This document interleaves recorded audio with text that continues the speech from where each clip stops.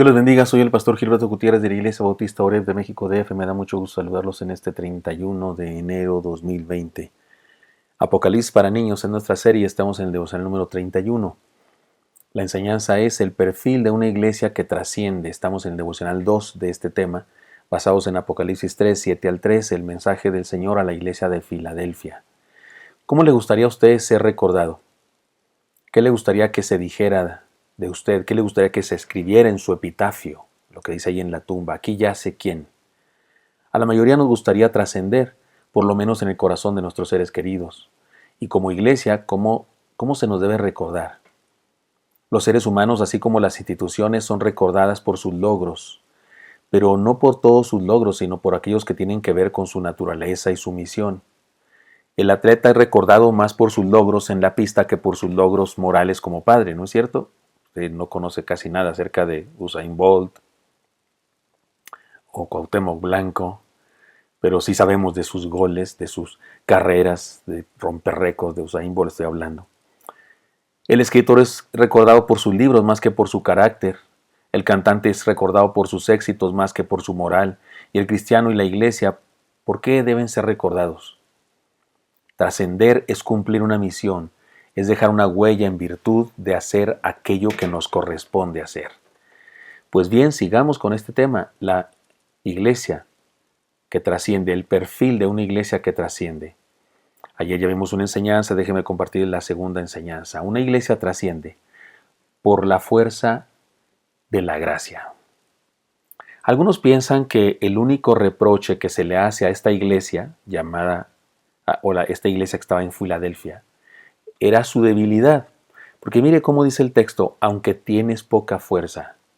Si quiere le leo el pasaje completo, pero dice, aunque tienes poca fuerza. Le está alabando de esto, de aquello, y luego de repente le dice, aunque tienes poca fuerza. Pero decir que es un reproche eso, es no entender la gracia de Dios. La debilidad de los creyentes de Filadelfia no era su defecto, sino su virtud. Que fueran débiles o que se reconocieran débiles no era su defecto, era su virtud. En 2 Corintios 2:10 el apóstol Pablo dice, porque cuando soy débil, entonces soy fuerte. Y en 1 Corintios dijo, lo débil del mundo escogió Dios para avergonzar a lo fuerte.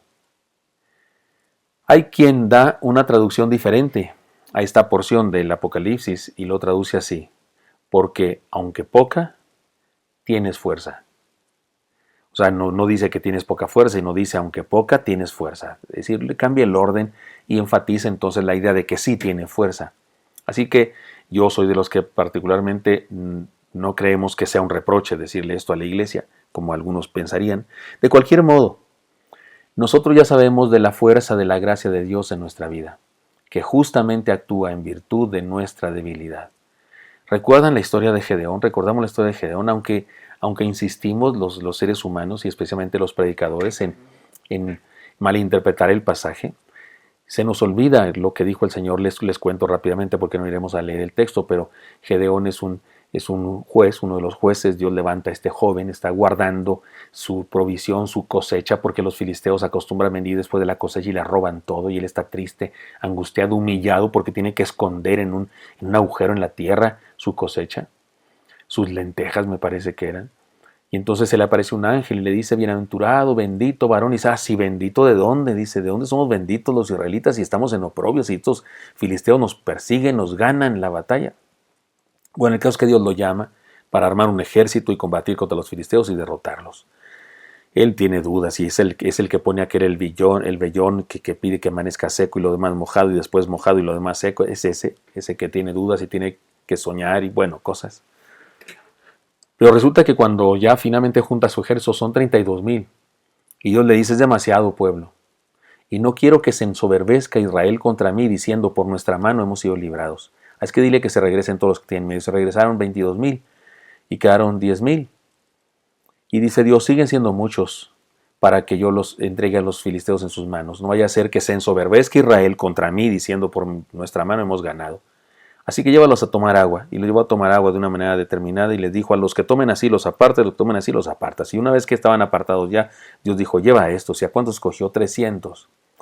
Nos encanta decir que eran los más valientes, porque es cuando se dijo, los que no tengan miedo que se regresen, y 10,000 siguieron. Yo digo que no eran valientes, eran insensatos. ¿Quién no va a tener miedo cuando vas a la guerra, por Dios?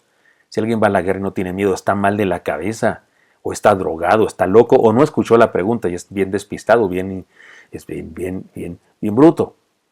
Y luego después lo llevó a tomar agua y no dijo cómo debería, a quiénes debería llevar según tomaran agua. No, primero dijo que los apartara. Y después que ya están apartados dijo, lleva esto. ¿Por qué los cogió Dios a esos?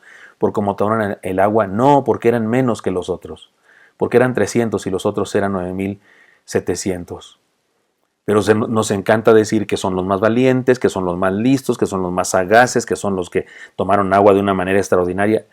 Y entonces, ¿dónde queda el texto de Dios que dice, no quiero que se soberbezca Israel diciendo por nuestra mano hemos ganado? ¿Por qué los exaltamos si Dios dijo, no quiero que se ensoberbezcan diciendo por nosotros? Es un hecho que esos 300 no eran nadie, no eran nada, no tenían ni una sola esperanza de ganar y fue por la puritita gracia de Dios. En eso radica la fuerza de la iglesia, en la gracia de Dios, que en su debilidad se manifiesta. Es decir que la gracia de Dios se manifiesta más abundantemente en la fluida predicación del tartamudo que en el campeón de oratoria. Si Dios llama a un campeón de oratoria a predicar, no es gran cosa, ya es orador. Pero si Dios llama a predicar a un tartamudo como un servidor, si algo me sale bien de la predicación, si de alguna manera tengo algún poco de éxito, alguna pizcacha de virtud al predicar, entonces es la gracia de Dios, no hay más. Si Dios llama a un gran orador, no es nada, es su oratoria, y ya eras bueno para eso. Pero que Dios llame a un tartamudo y lo utilice, eso es gracia. La fe se mostró más en la mujer sirofenicia que en los saduceos y fariseos. El Señor le dijo a esta mujer, no es lícito dar el pan que corresponde a los hijos a los perrillos, la llamó perrilla. Y ella se ofendió y se fue toda enojada. No, le dijo, Señor, sí, pero también los perrillos comen de lo que se cae de las migajas que se caen de la mesa. Y el Señor dice, qué tremenda fe tiene esta mujer. La fe se mostró más en la mujer sirofenicia que en los saduceos y fariseos, que se suponía que debían tener fe ellos, y no tuvieron fe en Jesús. El amor al prójimo fue más evidente en el samaritano, un media raza judío, un idólatra, uno que adoraba en un monte diferente, uno que tenía una religión herética, pero en él se mostró más el amor al prójimo por la presencia de Dios en su vida, seguramente, que en los sacerdotes y levitas, que cuando pasaron por ahí donde estaba el hombre golpeado, nomás lo miraron de lejos.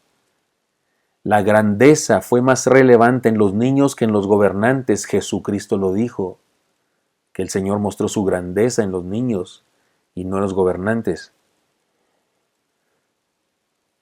La sabiduría se reveló más en los muchachos que cantaban en el templo que en los doctores de la ley que criticaban al Señor. ¿Recuerdan eso? En la purificación del templo. La Escritura dice que un grupo de jóvenes clamaban y alababan a Dios, al Señor. ¿Y qué hacían los fariseos, los doctores en la ley? ¿Qué hacían? Perseguían a Jesús para matarlo. Es decir, que la sabiduría se mostró más en esos adolescentes que en esos doctores que estudiaban la ley de Dios. Su poder de Dios se mostró más en el adolescente David, 15, 17 años si acaso, que mató al gigante Goliat, que en el grande y fuerte Saúl. El poder de Dios se mostró más en un adolescente que en el fuerte y enorme Saúl, porque Saúl aparentemente era también alto y guapo, dice la Escritura. Y por supuesto que independiente de que no haya sido muy altísimo como los fariseos, por supuesto que no, pero era más alto que David, aquel adolescente, 15, 17 años. Su gracia se muestra más cuando el pecador empedernido se arrepiente y viene al Señor que cuando el religioso presume de santidad.